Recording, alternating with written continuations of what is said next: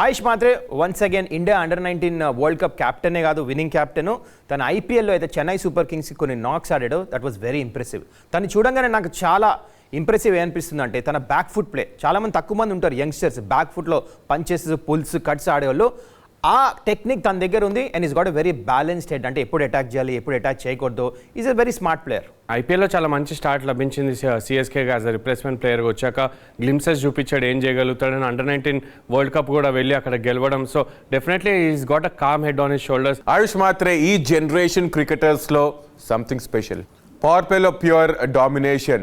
Youngster ఎలా అయితే dominate చేస్తూ ఫాస్ట్ బౌలర్స్ అగేన్స్ట్ ఎలా అయితే రన్ స్కోర్ చేస్తున్నాడో మొదటి సంవత్సరమే ఆ ఇంపాక్ట్ క్రియేట్ చేశాడు. డొమెస్టిక్లో మంచి రన్ స్కోర్ చేశాడు, అండర్-19లో మంచి రన్ స్కోర్ చేశాడు. నా ఉద్దేశంలో మహేందర్ సింగ్ ధోని కింద ఏ యంగ్స్టర్ అయితే వచ్చాడో వాళ్ళు ఎలా ఇంటర్నేషనల్ సూపర్ స్టార్స్గా మారారు.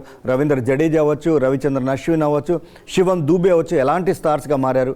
మేబీ అలాంటి కేటగిరీ చెంది అలాంటి స్టార్గా మారతాడని నాకైతే నమ్మకం ఉంది. ఆయుష్ మాత్రే సాలిడ్గా ఉంటాడు టెక్నికల్గా, అట్లానే అగ్రెసివ్ కూడా ఇంటెంట్గా ఉంటాడు కాబట్టి సూపర్ స్టార్ట్స్ అందిస్తున్నాడు. చూసాం మనం బ్యాటింగ్ ఆడేటప్పుడు కూడా తన షాట్ సెలెక్షన్ కానీ డొమెస్టిక్లో కూడా మంచి రికార్డ్ ఉంది కాబట్టి సో ఫ్యూచర్ చాలా బ్రైట్గా ఉంది. But it's a long way to go still. ఐపీఎల్లో ప్రయాట్ ముడితే అక్కడ రన్ స్కోర్ చేశాడు కాబట్టి ఆయుష్ మాత్రే ఈ సంవత్సరం కూడా డామినేటింగ్ పర్ఫార్మెన్స్ అయితే ఖచ్చితంగా ఇస్తాడనిపిస్తుంది.